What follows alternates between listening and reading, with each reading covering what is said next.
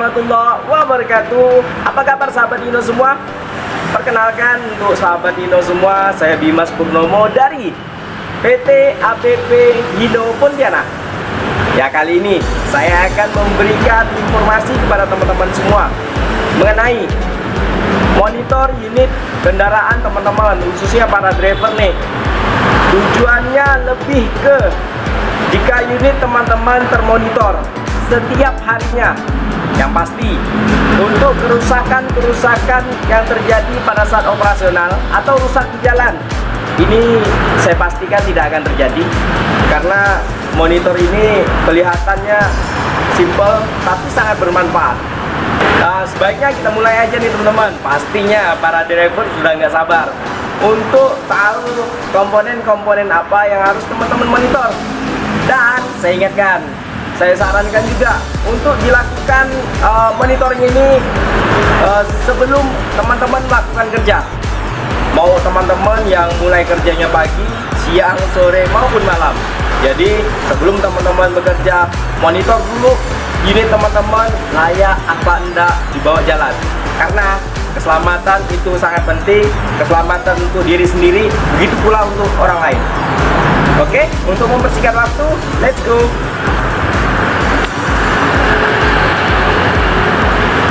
Oke, pastinya teman-teman sudah nggak sabar nih. Ada beberapa hal yang harus teman-teman perhatikan sebelum kita melakukan monitor yang saya sampaikan tadi.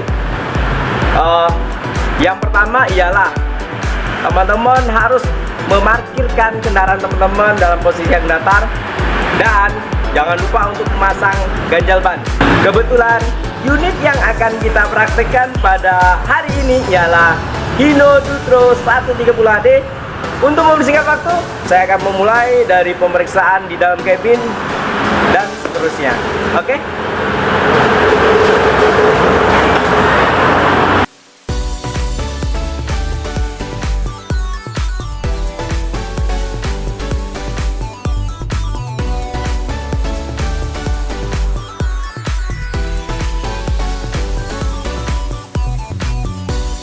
Ada beberapa hal yang harus teman-teman perhatikan. Yang paling utama ialah pastikan handle rem tangan dalam posisi aktif seperti ini. Oke? Dan tuas persneling harus dalam kondisi netral seperti ini.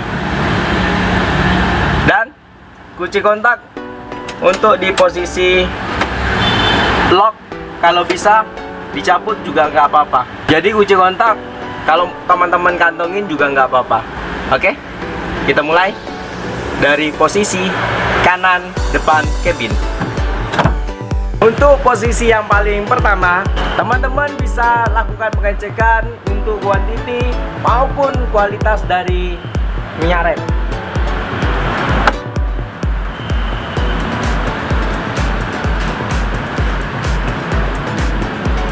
Seperti yang teman-teman lihat, di reservoir terdapat tanda min dan mat.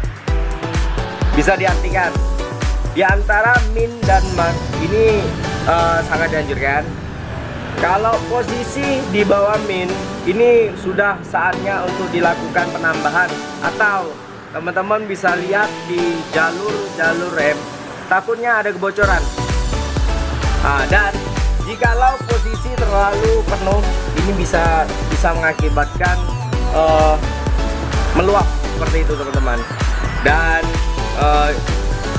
tutup untuk reservoir ini kelihatan sepele tapi sangat bermanfaat, dikarenakan cairan minyak rem ini sifatnya mengikat udara.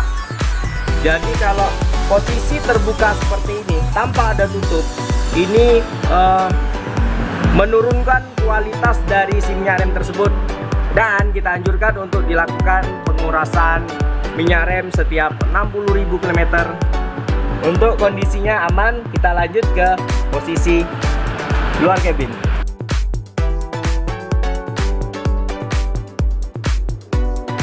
Dan saat ini saya di posisi kanan depan kabin. Teman-teman bisa melihat ke posisi belakang kabin, terutama di posisi filter udara. Untuk tipe Hino Dutro 130 HD yang biasa disebut dengan Dutro minor, sudah terdapat das indikator. Ini memudahkan untuk monitor teman-teman driver untuk kondisi si filter udara, apakah masih layak atau tidak, atau sudah harus dibersihkan. Bisa teman-teman lihat seperti ini das indikator. Jikalau filter udaranya sudah kotor atau tersumbat, dia akan memberikan sinyal atau lambang merah. Kita lanjut ke posisi cabin, dan tidak kalah penting, teman-teman juga harus memperhatikan kondisi cabin, terutama di posisi depan kanan cabin. Teman-teman periksa posisi cabin, begitu pula kaca spion. Sudah teman-teman periksa untuk posisi cabin, kaca spion, kaca pintu. Teman-teman bisa pindah ke arah roda. Untuk melakukan pemeriksaan pada bagian roda, teman-teman butuh bantuan nih, alat seperti ini. Ini adalah palu kecil sih. Ini untuk teman-teman melakukan pengecekan agar lebih mudah, seperti yang saya contohkan. Yang pertama, teman-teman cek kondisi mur roda, apakah kencang atau kendor, seperti ini.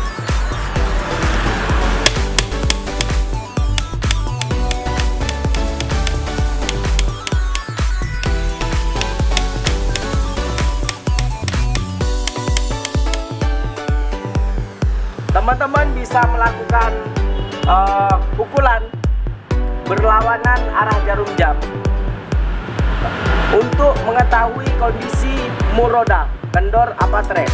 Jadi jikalau kondisinya kendor, bunyinya berbeda. Hal yang sangat mungkin teman-teman anggap sepele, ini sangat fatal ya teman-teman. Untuk teman-teman bisa lakukan pengecek, teman-teman bisa lakukan pengecekan kondisi ban. Apakah ada benda asing seperti batu dan lain-lain. Jadi pemeriksaannya harus hati-hati nih teman-teman. Karena dikarenakan kita mempunyai alat ini, cukup kita lakukan seperti ini. Kita ikuti alurnya. Nah ini kita temukan batu seperti itu. Bisa kita lihat.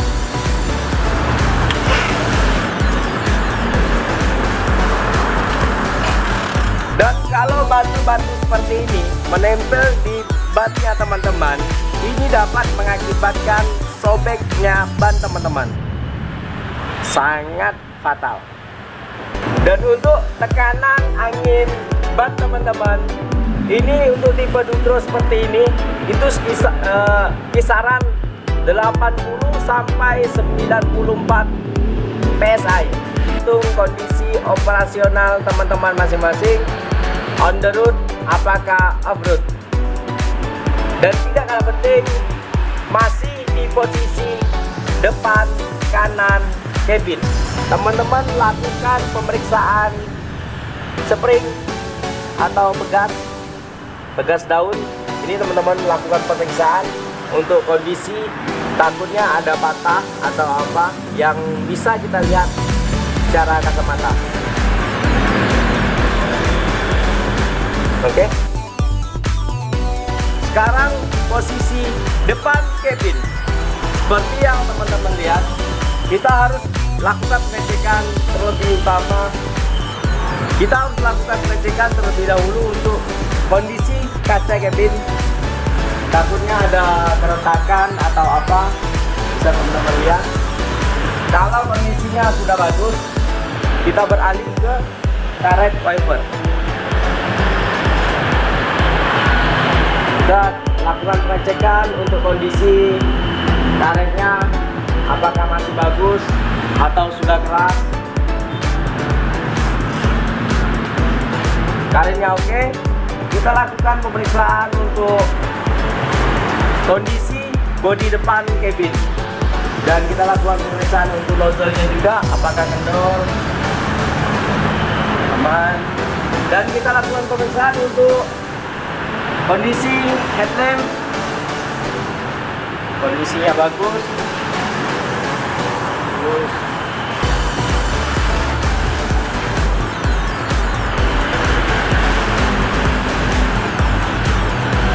Periksa bumper, begitu pula untuk fog lampnya. Setelah teman-teman pastikan kondisi untuk depan kabin sudah bagus, teman-teman bisa lakukan pengecekan di bawah kabin. Di bawah kabin teman-teman bisa lakukan pengecekan. Dikhawatirkan adanya kebocoran seperti kebocoran air radiator, kebocoran minyak power steering, kebocoran oli dan lain-lain, bisa teman lakukan pengecekan langsung di bawah sini.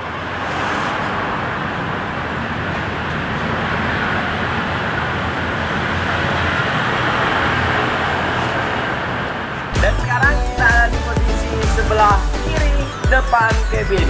Seperti teman-teman lihat, sama seperti sebelah kanan, kita lakukan pemeriksaan untuk kaca spion. Seperti ini, kondisi kacanya kita cek dan kondisi spion, begitu pula tangkainya. Oke, kita lanjut di kondisi kabin, kondisi kaca.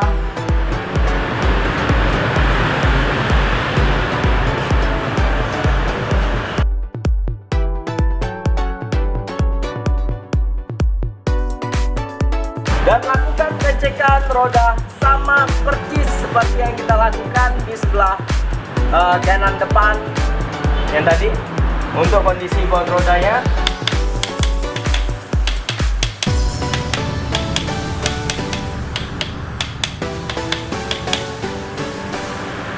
kemungkinan ada benda asing, kita cek juga.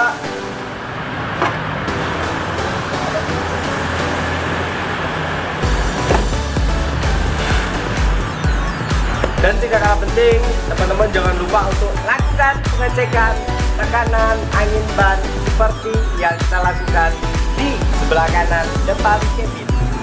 Oke, kita lanjut untuk lakukan pengecekan. Takutnya ada benda-benda asing, teman-teman harus perhatikan.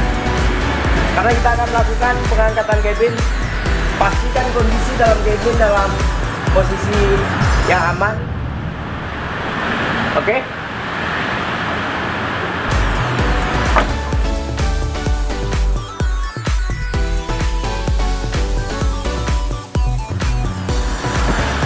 Jangan lupa untuk pasang lock pengaman seperti ini. Oke. Pertama-tama teman lakukan pengecekan untuk level oli mesin teman-teman di posisi ini. Teman-teman bersihkan dulu agar enak teman-teman membedakan.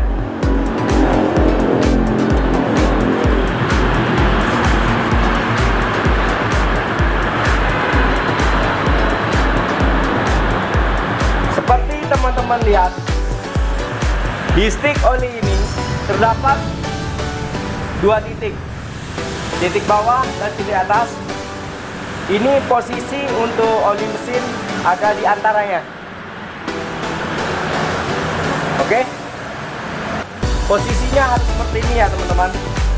Jangan posisi waktu teman-teman tarik dan teman-teman putar seperti ini. Nah, ini pembacanya agak susah karena bekas dari olinya akan turun. Dan ini pembacaannya tidak aktual. Oke, kita masukkan lagi.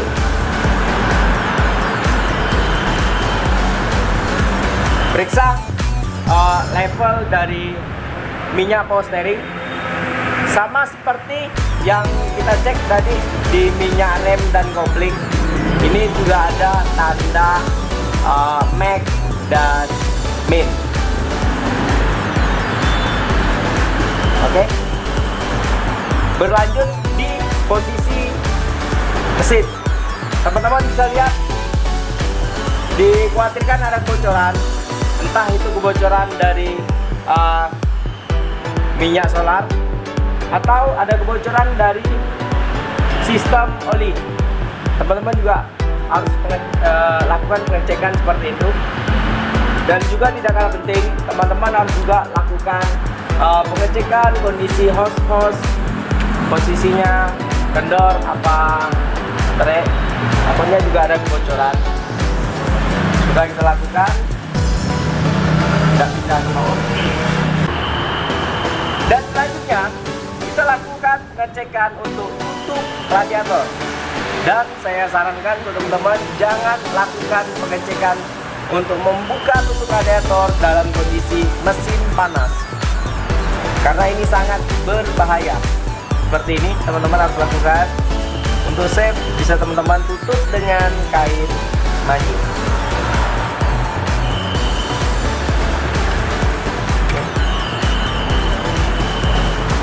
Selain teman-teman cek kondisi fisik dari tutup radiator, teman-teman juga harus lakukan pengecekan pegas yang terdapat pada tutup radiator. Karena tutup radiator berfungsi sebagai menjaga kevakuman mesin.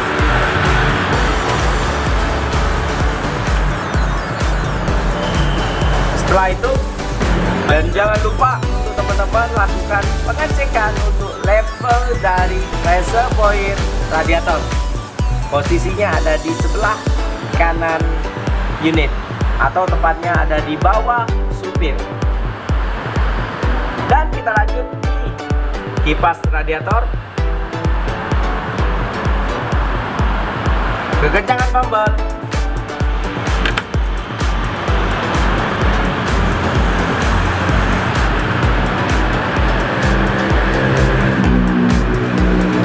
Untuk pengecekan di bagian mesin sudah selesai. Kita lanjut ke posisi belakang kiri kabin.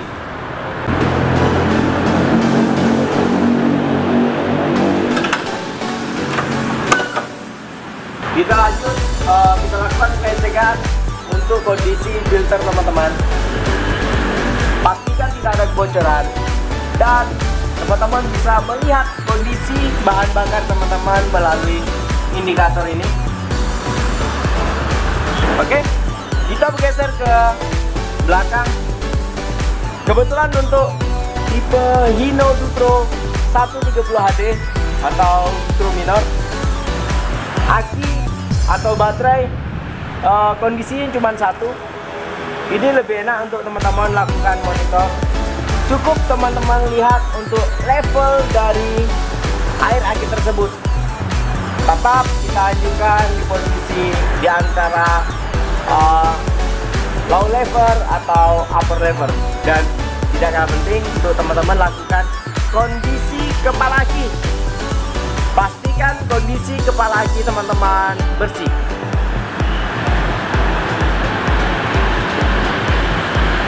Setelah itu, teman-teman bisa lihat untuk kondisi propeller shaft teman-teman sekalian. Kalau posisi seperti bearing gantung karetnya sudah terangkat, teman-teman bisa mengeceknya dengan cara seperti ini.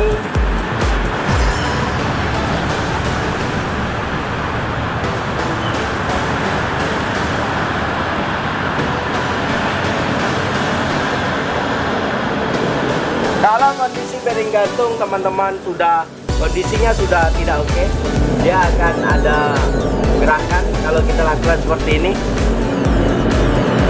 Dalam kondisi handle rem tangan terangkat.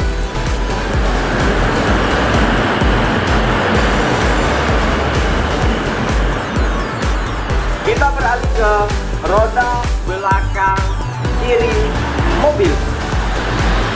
Lakukan flow seperti yang kita lakukan di ban-ban sebelumnya. Kita lakukan pengecekan mur roda,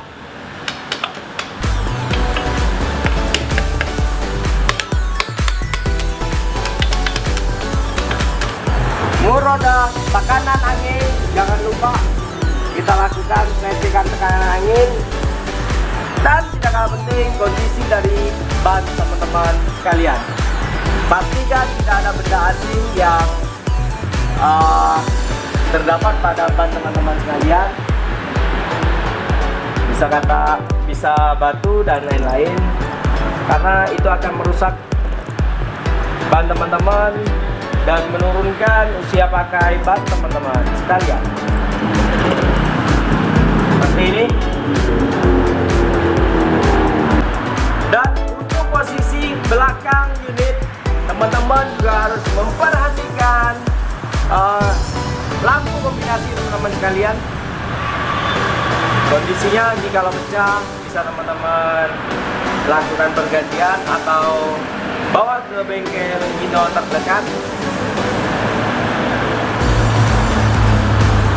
Terus untuk fungsi lampu penerangan plat nomor polisi, lampu malam, lampu sen, lampu mundur, serta lampu rem, pastikan lampu-lampu unit teman-teman kondisinya aktif semua sehingga memaksimalkan kerjanya teman-teman. Dan tidak kalah penting, cek kondisi ban serep teman-teman. Ban serep jangan lupa. Kalau untuk ban serep tergantung dari karoseri atau dimana teman-teman menempatinya. Terkadang posisinya pas di belakang cabin dan juga ada di belakang unit. Kita posisi di belakang unit sebelah kanan. Lakukan pemeriksaan seperti yang kita lakukan di ban. Lakukan pemeriksaan ban sama seperti yang kita lakukan di ban-ban yang lain, seperti kondisi on roda,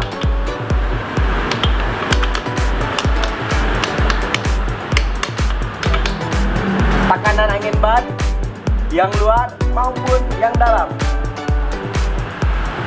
Terus kondisi alur ban.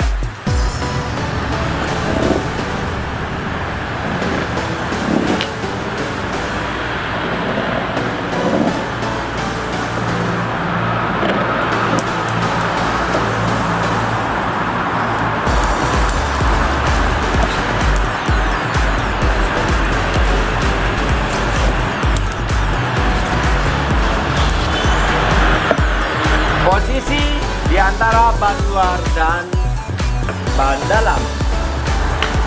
Sama seperti yang lain, kita juga harus memperhatikan kondisi spring. Jangan sampai spring kita patah tapi kita tidak ketahuan. Jadi masalah teman-teman nantinya di jalan.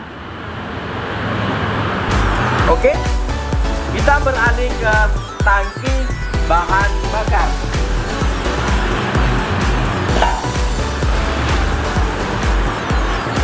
Posisi di tangki bahan bakar, teman-teman harus lakukan pengecekan untuk pengunci atau pengikat tangki bahan bakar teman-teman sekalian. Pastikan baut pengikatnya terkunci. Oke? Dan teman-teman lakukan pengecekan di bawah atau teman-teman cek posisi, ditakutkan ada kebocoran seperti minyak-minyak teman-teman, takut ada kebocoran. Pastikan tidak ada kebocoran di tangki maupun di transmisi teman-teman.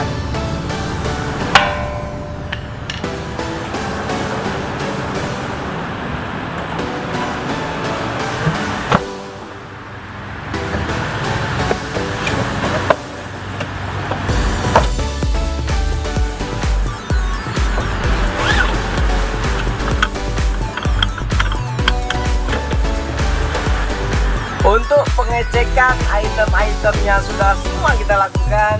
Hal yang tidak kalah penting ialah teman-teman juga harus memastikan teman-teman sudah ada alat-alat pendukung seperti pembuka roda, berkas-berkas seperti STNK, gear, dan kebutuhan teman-teman sekalian. Dan juga tidak kalah penting ialah kotak P3K.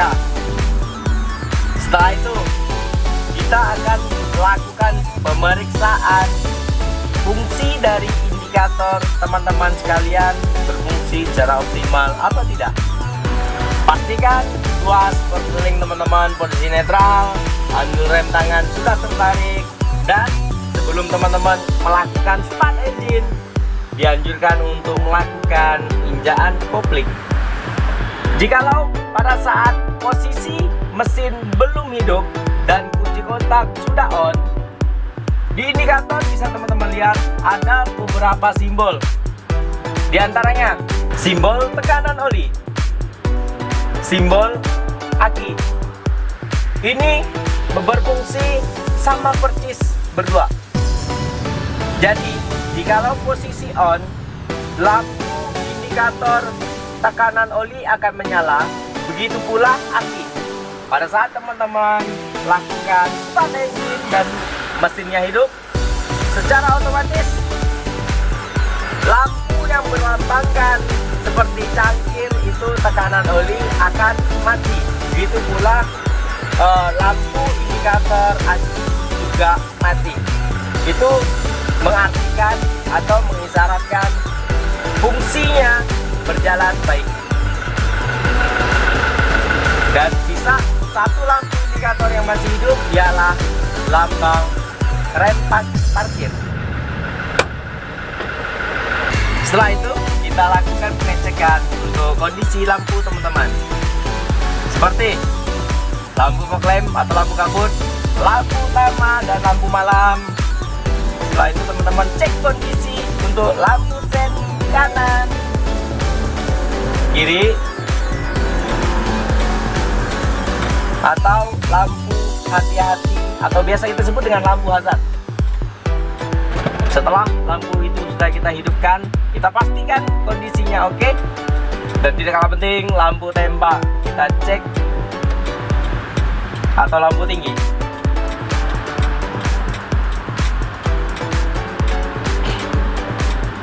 Fungsi dari nozzle wiper juga kita lakukan pengecekan. Fungsi untuk wiper, intro, low, dan high. Dan klakson. Dan satu lagi ialah lampu mundur, atau kalau sudah dilengkapi juga dengan alarm mundur.